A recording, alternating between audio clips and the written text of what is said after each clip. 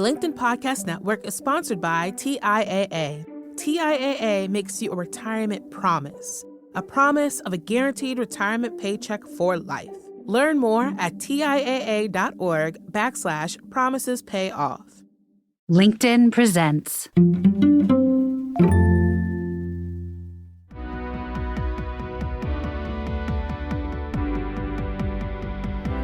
I'm Maura Aarons-Mele, and this is The Anxious Achiever, the show that looks at the intersection of mental health and work, and how we can all do both better.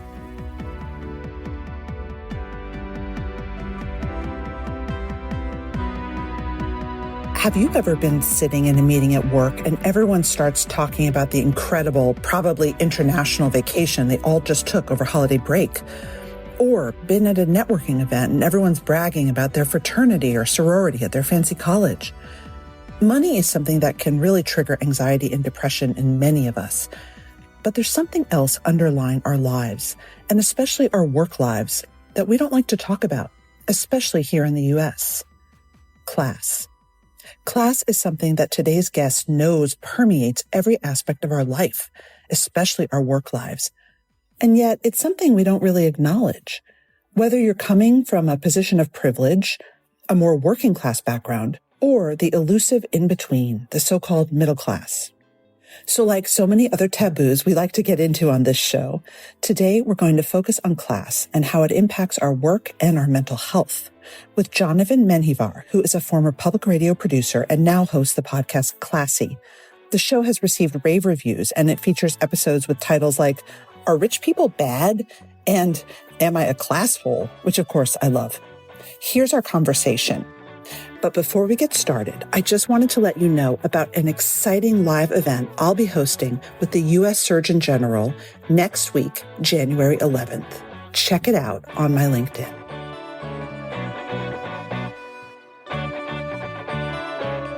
I always joke that this show, because it's about mental health, also ends up being about like kind of everything, right? It's about family, it's about childhood, it's about money, it's about love, it's about ambition, and it's about work. And it seems to me that class is something that kind of does the same thing, right? It sort of exists in almost every situation, even if it's not obvious. Yeah, I mean, that's what we wanted the show to be, like I think class gets talked about when it gets talked about a lot in the media is sort of just like an economic thing, people's feelings about the economy, can people afford to eat right now? Cost of living is so high, housing, all of that kind of stuff. But it just touches all of these other things that come up all the time. It's coming up all of the time in all these other ways that are more subtle, harder to talk about. But we've thought like, God, this stuff makes you feel a kind of way. And if we can find a way to talk about that and have stories about it, I think people are really going to be into it. Give us an example of how class might come up in food, just to get us oriented about how these things show up. For the longest time, I felt anxiety about going to nice restaurants. I would look at a menu and see a bunch of things that I didn't know what any of the things were and felt like, oh, I'm supposed to know what all of this is. I didn't grow up going to those kinds of places. And my eyes would kind of glaze over and I'd go a little dizzy. Like it sounds kind of crazy to say that it was that intense, but just like the words just sort of all start melding together. And I can't like concentrate and actually focus on like, wait, what do I want to eat? And if I don't know what something is, like, just ask. Yeah. Right. I'm here to have a good time. Yeah. But it's just like so much like anxiety and shame built into that, I think. And I would Google stuff under the table, like even hiding from my wife that I didn't know some of these things.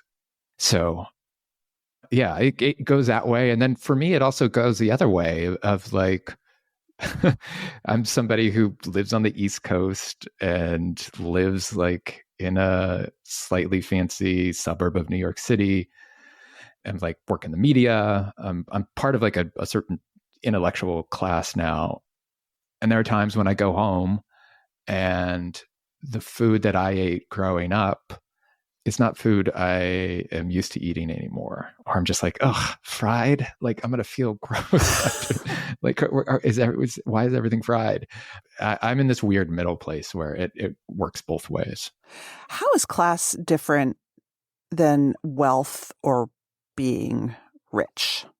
I think class can be defined a bunch of different ways. The way we decided to define it for this show is that class isn't just the money that you have or the money that you don't have, but it's all of the other things that money gets you access to.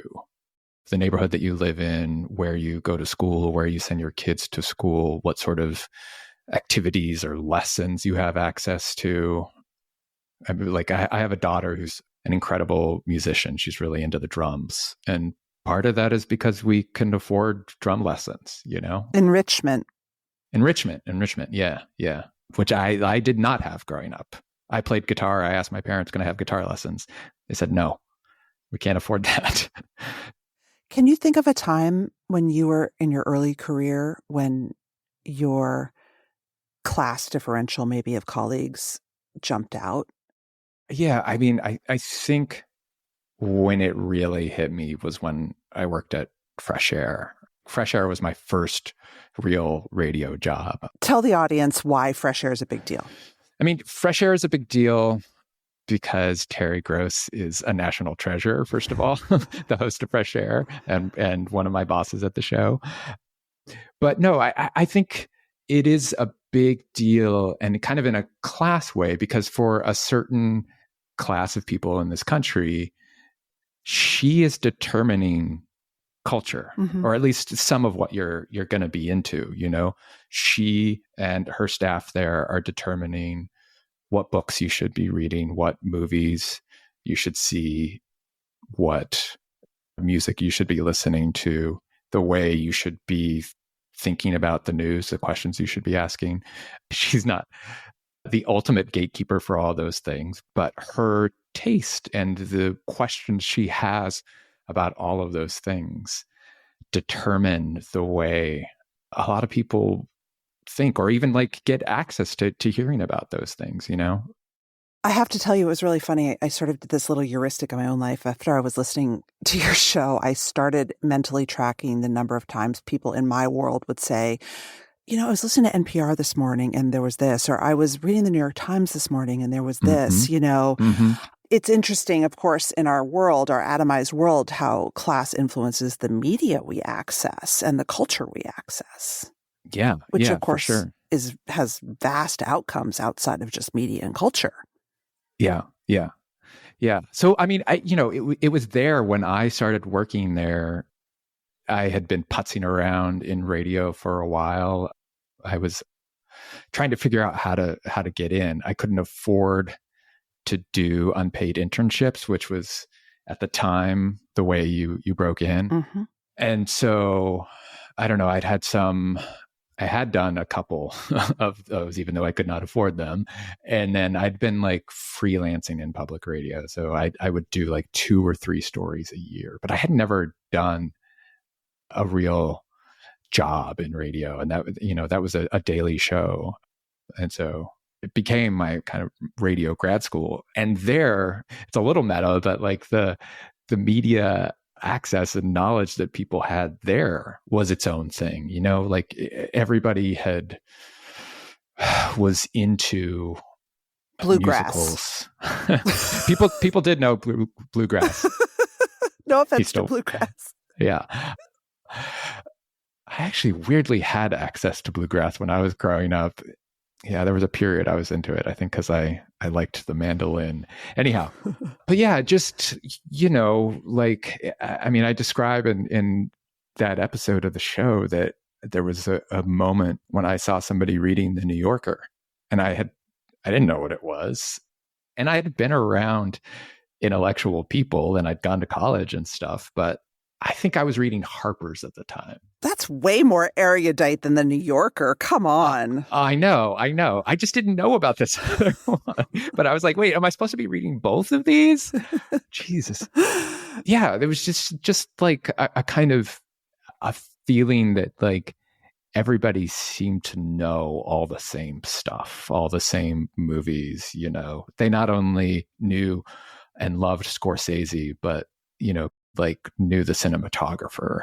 Yes. So I want to dive. I mean, this is a show about mental health and work, and also about anxiety, right? The anxieties that we carry. I'm curious what your own experience was with anxiety as you leapt into a pretty high pressure area of this new job life. How did anxiety show up for you around class? Around class. Yeah. I mean, I think the anxiety was I just tried to hide it all. Hmm. You know, I didn't talk to anyone about this thing I was experiencing. And in fact, you know, I don't think at the time that I could have named it, because I think part of it was just like a thing that anybody experiences when they're at a new job and they don't know how to do things, you know, that kind of question of how much do I pretend like I know what I'm doing? And when is it okay to ask, like, hey, I've never done this before. Can you show me? You know? Yeah, it wasn't really until years later that I realized that, like, oh, the kind of shutting down and just bad feeling I have around some of this stuff is a class thing, is about where I came from. It's the not saying anything to anyone, you know? It's the like probably like literally putting my head down a little bit and just being like, okay, just fake it, you know? Did you feel the pressure? I've heard this from many people who feel different from the majority at their workplace. Did you feel that you had more to prove because you had gone to a state school, I guess a non-flagship state school, Right. versus other people who had different backgrounds and had maybe felt like they had less to prove? Like, did you ever have those feelings? I think internally I did. College was not a thing that came up there. But I think all of the elements of my background of like going, I'm going to name Cal State Fullerton because it deserves to be a named school. So, Yeah, tell us a little bit about your background. my parents are both immigrants from Latin American countries. My father's from El Salvador. My mother, she had an American father, but had a Mexican mother and was born in Mexico. They split up when I was really young, but they were both factory workers. And I grew up mostly with my mom and my stepdad. He also worked at the same factory that my mom worked at. It was a paint and wallpaper factory. For a while, he was a truck driver there. My dad's had a lot of different jobs. For a large chunk of the time when I was growing up, he worked at a shower door factory. He's also worked for Amazon and Walmart in their distribution warehouses. I grew up in a suburb of LA. And then when it came time to go to college, I asked my stepdad, like, is there any way you guys would be able to help me out? He said, nope, you should join the Army if you want money for college. Wow. And I was like, oh, okay. So I went to Cal State Fullerton because it was a school I could commute to and I could pay for it myself. At the time, it was, I think, like tuition was $2,000 a semester. So I worked full time through college. I was working 40 hours a week. And then like there was at least one summer where I was working 70 hours a week in 2 jobs. Wow. Yeah. And then like I knew in college that I heard This American Life one day and knew like, oh, that is the thing I want to do. But I had no idea how to get there and no one around to really ask, like, what is the thing that you do to do this, you know? In one of your interviews, you talked to Jarvis Cocker, the musician, and you talk about the creativity and the imagining when you're an outsider and you imagine what you want so badly. Yes. But it's not like you have the friend of a friend of a friend who can hook you up at NPR or the music industry or whatever. But I was also amazed at the power of creativity and imagination in bringing things into reality. Yeah. Yeah. Like, how did you will this into reality? I mean, I think, like that episode, I really wanted to talk about the kind of fantasy, the power and trapping of fantasy a little bit, I think, of like knowing, okay, I am here. I want to do that thing. How do I get there? You know, it really feels like looking up at a mountain and just being like, I think I gotta just start walking, you know, and not having a map, not having any idea what you're going to encounter, not knowing like, wait a minute, like it turns out this is actually 50 miles and it was a very stupid idea to start walking. But I do think living in your head like that and imagining yourself as that person, there is a kind of power in all of that that can allow you to get over it and to kind of forget any feeling that you don't belong. But, you know, like I made a lot of mistakes. Like when I first started wanting to get into radio, one of the first things I did was a friend and I took a trip to Vegas from LA, and I put a cassette recorder on the dash of the car and just hit record and recorded the entire 4-hour drive to Las Vegas, thinking that something was going to happen. You know, it was going to be like This American Life. Like it was going to be like This American Life. Yeah. That like somehow some combination of Fear and Loathing in Las Vegas and This American Life would emerge from just hitting record and expecting something to happen. You know, like I didn't realize that like what was happening on the radio on This American Life was journalism, for one. I didn't know that that's what you called it. I didn't really realize, even though I could hear people asking questions on tape, I was so ignorant about how it all worked that I didn't understand. Like, no, that's what you do. It's like things only happen because you're asking people questions and prodding them. It's like you got to make all of that happen. So, yeah, I think like the fantasy, I've described it as like the fantasy can get you in trouble. And for me, it never really resulted in anything really serious. You know, when I was going to that mountain, I didn't end up like starving and cold in the night, but I did waste a lot of time doing things like that. Is that something that you don't think you would have done had you come from a background with more connections or resources? I don't really know, because that wasn't my path. Yeah. But I did see, like, once I actually got to some of those places, that people had totally different paths to being there, that they, you know, had those connections from either family or people that they knew in school, and an ability to work those connections, you know. And then even I think like once I got to those places, you know, like in journalism, in radio journalism, the kind of shows I've worked at, spent a lot of time in editorial meetings, in story meetings. And I spent a lot of time in those meetings for many, many years being very quiet, just being like, what is this language that everybody here has? Like, there's just a certain way of talking about stories, about taking something in the news and having questions and trying to find a new way to talk about it and like find a character in a situation. And I would just like see people. And sometimes they were people who were younger than me, who like had less experience than me, come in and just know how to do it right away, just have a command of the room. And it took me forever to get, I think I have that now, 20 odd years in, you know, but it was at least 5 years of like actually having these jobs before I had that.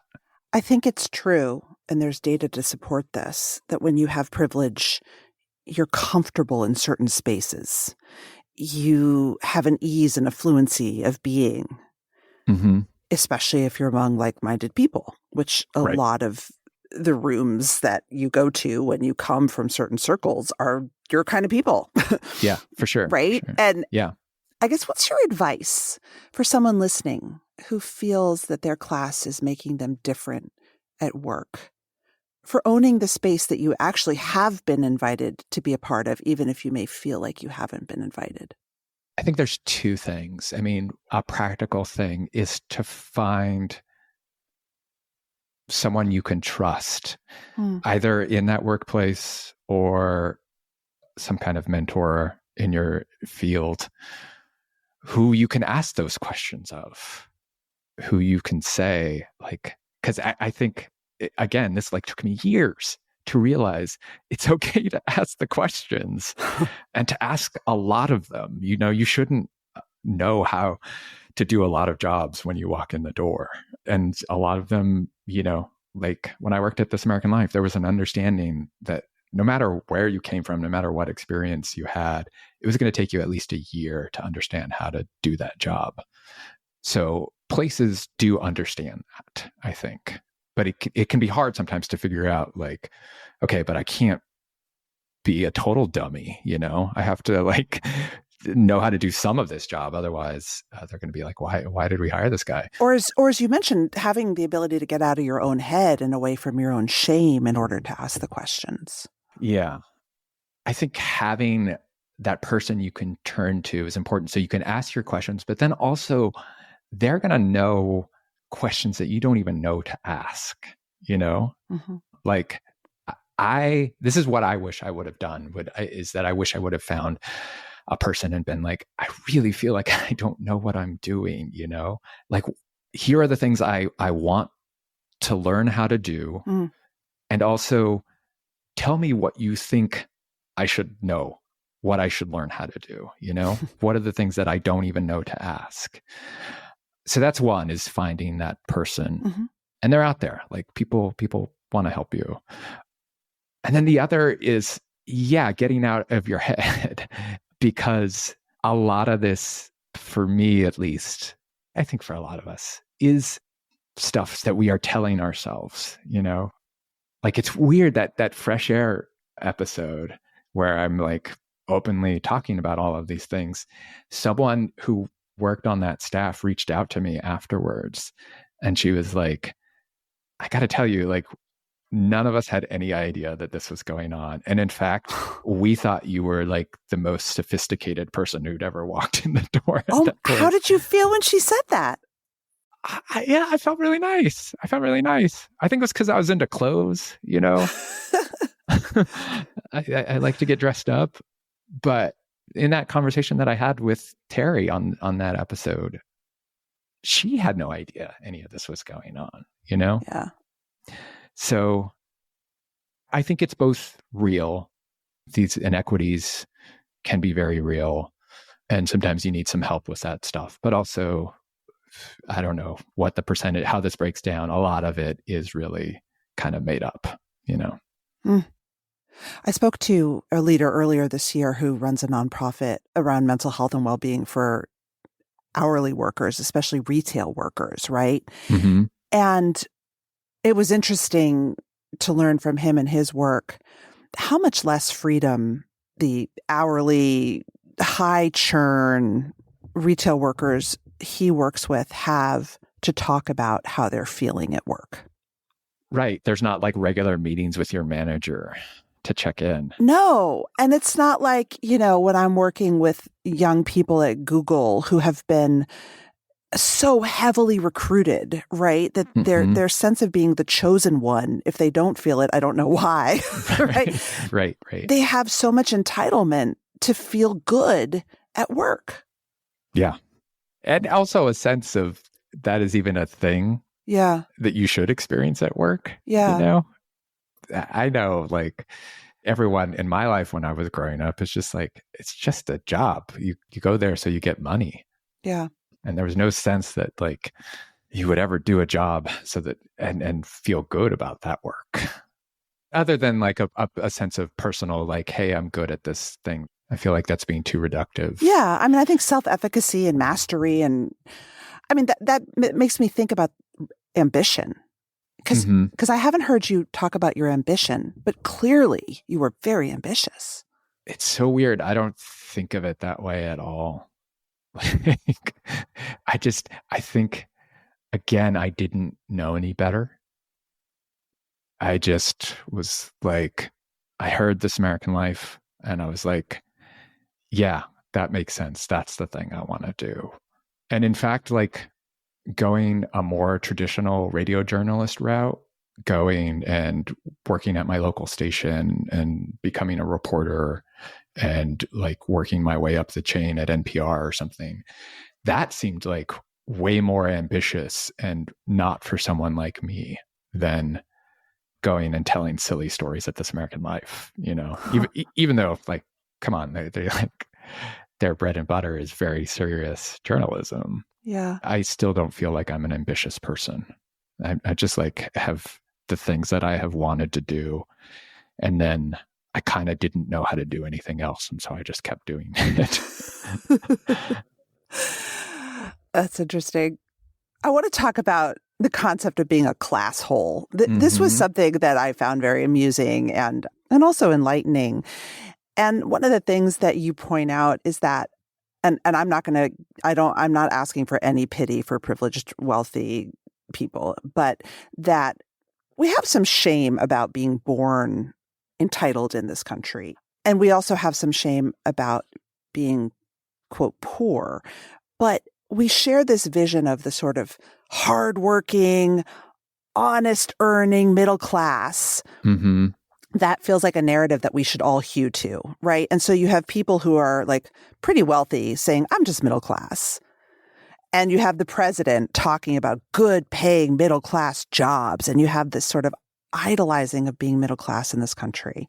Yeah. When I don't even know what that means. And I'm curious why you think that is. I mean, yeah, we explore this in the first episode of the show, and the middle class is this, like, there's a ways that the government defines what your class level is, based on income and all of that. But like, the middle class is so wide and can mean so much. We do have all these moral judgments on things that, it's not me saying this, but like, I think generally there is an impression of like, if you're poor, there's like, you've done something wrong, it's like certain stigma of like laziness and lack of ambition or whatever attached to that. Maybe you're not smart or I don't know what. Like, and then if you're rich, that you don't deserve that. Well, but what if you're self-made rich? See, I don't think that's exactly true. I think we idealize people who we think are self-made rich, right, but we don't like people who were born with a silver spoon. Right. Yeah. There is a way that there's something more moral about having made it, about working towards it. And, I mean, it's that thing that everyone says about why Donald Trump is appealing to so many people. Even though he was born with a silver spoon in his mouth, there's a kind of way that his being makes people think like, oh, I could get that too. Yes. But yeah, the middle class is I call it the Goldilocks class. It's this place that we all want to strive to be, whether we're like reaching up to say that we're there or hiding some of what we have to pretend that we are more middle class. Yeah. What's a class hole? Class hole is a term that my producer, Kristen Torres, came up with. And I don't know, we just wanted a way to talk about those moments when all this class stuff that we don't talk about comes up. There are just those moments when you're feeling that tension of like, there's something off in this moment, and I think I'm in the wrong here. So for me, like, this comes up all the time. Like, anytime anyone is trying to help me in any way, like any kind of service. So even just like getting a cup of coffee or like getting a food delivery, I'm just like overly effusive because there's a power dynamic that's at play there, like, I don't work in a coffee shop.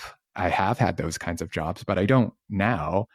And I'm telling you, like, make me a cup of coffee, that feels wrong, It's not wrong. Like that's how our economy functions. But there is a power dynamic at play there. And so, yeah, we on the show explored this.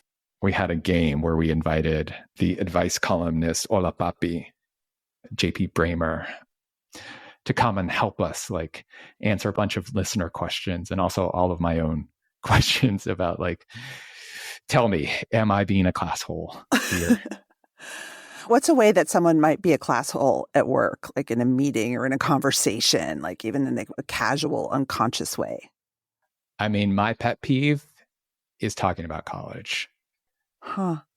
Talking about where you went to school and reminiscing about it, especially if there are other people who went to that same school and had that same experience. I just think there's like an assumption when you are having that kind of conversation that everybody else has had that experience. Like I went to college, but I went to a commuter school and I never lived in a dorm or anything. I lived at home until I was a senior in college. Or even just like talking about vacations. I think that comes up a lot. I mean, my God, in the pandemic, suddenly like all of this stuff was revealed, right? Because we could see into each other's houses. Mm-hmm. We could see that some of us could afford to up and leave our house somehow, that we were both like paying rent and also staying someplace by the water.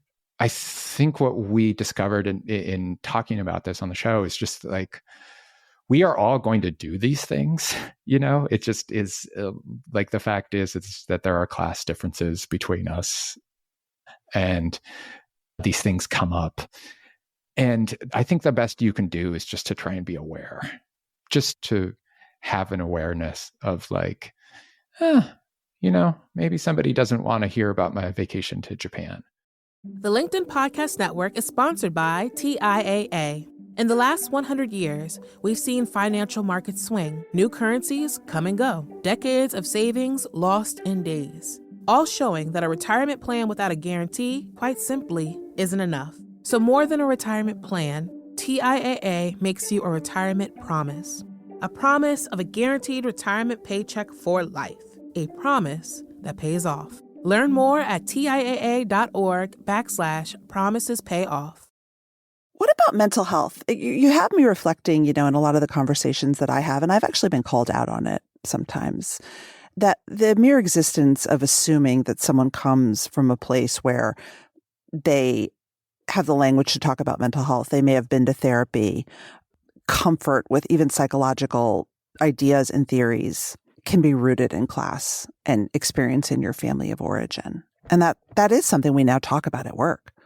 I mean, I will tell you, like, I come from a Latino background that, like, the first time I told my mom that I was going to a therapist, she, like, broke down crying and was like, oh my God, what have I done?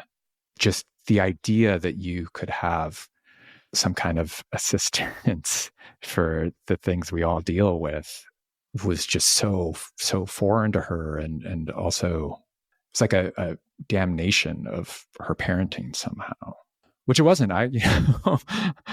Like people talking about their therapists at work is a thing that for a long time, I was just like, God, what is it with all you people and your therapist, I mean, that stuff costs money too, It assumes you have flexibility of time. Mm-hmm. It assumes you have budget. It assumes you have the resources to find therapists, right? Because until a few years ago, like it was very word of mouth to find a therapist.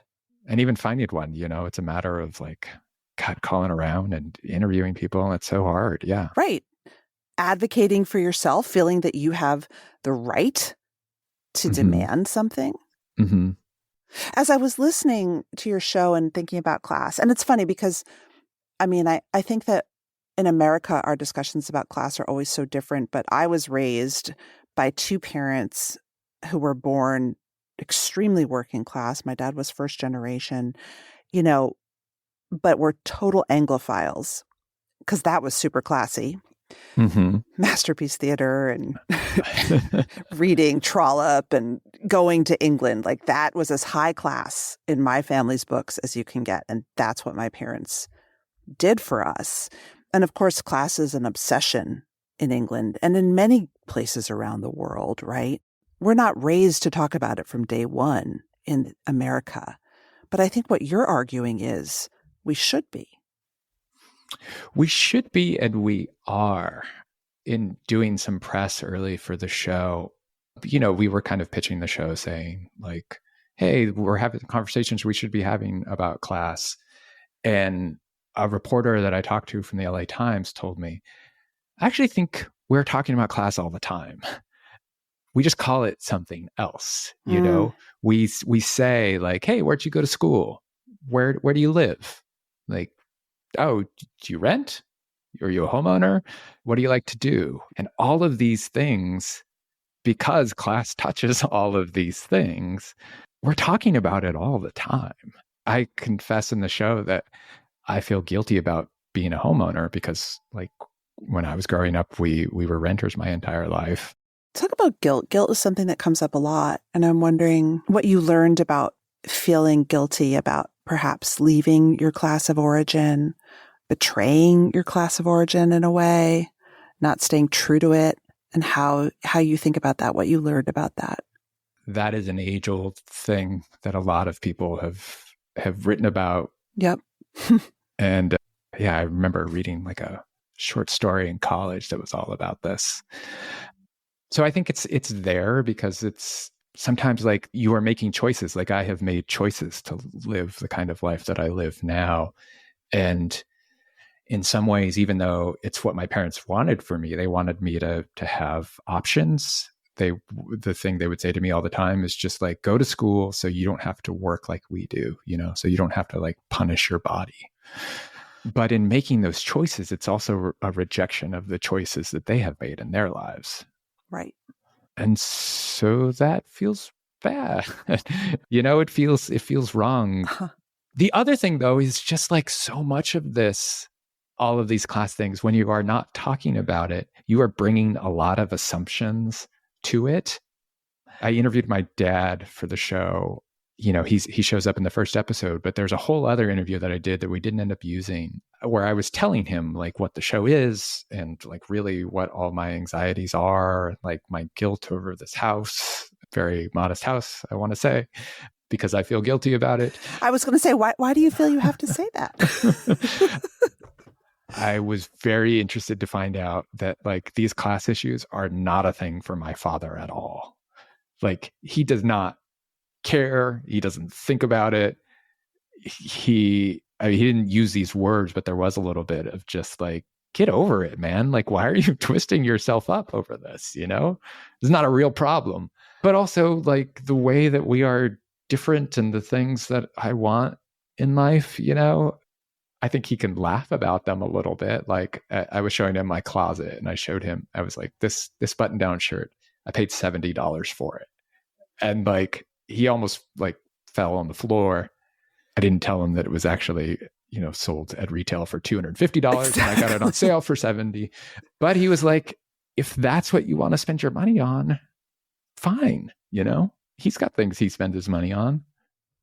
I guess in closing, I want to ask you who your work is for and what you want them to learn and reflect on as a result of it. In a narrow way, this show is for people who are in my circumstance, who were born into one class and shifted classes. I think there is a way that when you do that and you like bump up against the borders of class, you see it and feel it in a new, intense way. And I think I wanted those people to know that other people experience it. And also, like, a secret goal of the show, the reason it's called Classy is I wanted to say, like, hey, you can be classy no matter what class you come from. But it's also for everyone. I think we are all judging ourselves up and down the class ladder, like looking at the people around us and like trying to figure out where we belong and how we measure up. And I think I wanted people to have an awareness of what other people around them might be going through too, you know? To your point that this stuff might not be important, it's so important. It's especially important in work and in leadership because we know that belonging is really a key ingredient to people doing their best work. And that can be belonging because you like the people you work with at your retail job, and it can be belonging because you are part of a leadership development program at Goldman Sachs, right? It doesn't matter.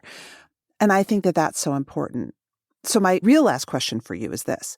What does someone like me, who has a lot of class privilege and is a manager, need to know about being less of a class hole and having more awareness? Like, how do we build that awareness in a concrete way at work? I think just desiring that awareness is a first step. In some ways, you're never going to know, you know, and it would be like a little offensive if you just tried to take like working class cultural lessons or something, you know, to try and understand like, oh, like really, really like explain to me what it's like to be you. I don't think you want to do that, you know, but just like an awareness that people aren't going to be coming from the same place you have come from and have the same experience, and even like know how to talk about that, you know? So yeah, it goes back to that thing I was saying earlier of asking people. Like I don't manage anyone directly, but I do run shows. And so when I start a project, I will sit down with the people who are going to work on that project with me.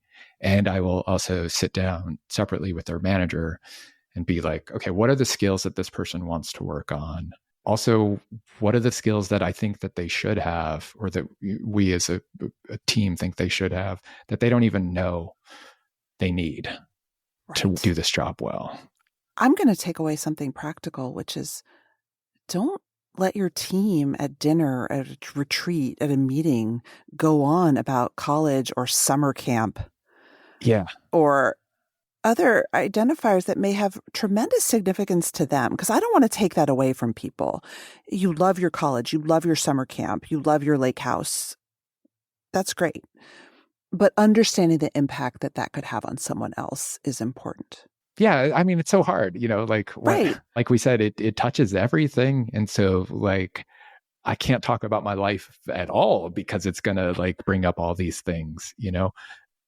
So I don't think it's not talking about it. I think it's just like, just being aware, you know, like maybe I will talk about like, yeah, I was on vacation last week, but I'm not going to like go like beat by beat on everything I did and all the places I got to go and amazing food I got to eat or whatever. Yeah. Save that for Instagram. Yes. So everyone else can see it. That's where you shove it in people's faces. Yeah. These things are thorny, right? Yeah, for sure. Yeah. Yeah. Thanks so much, Jonathan. Thanks so much for having me.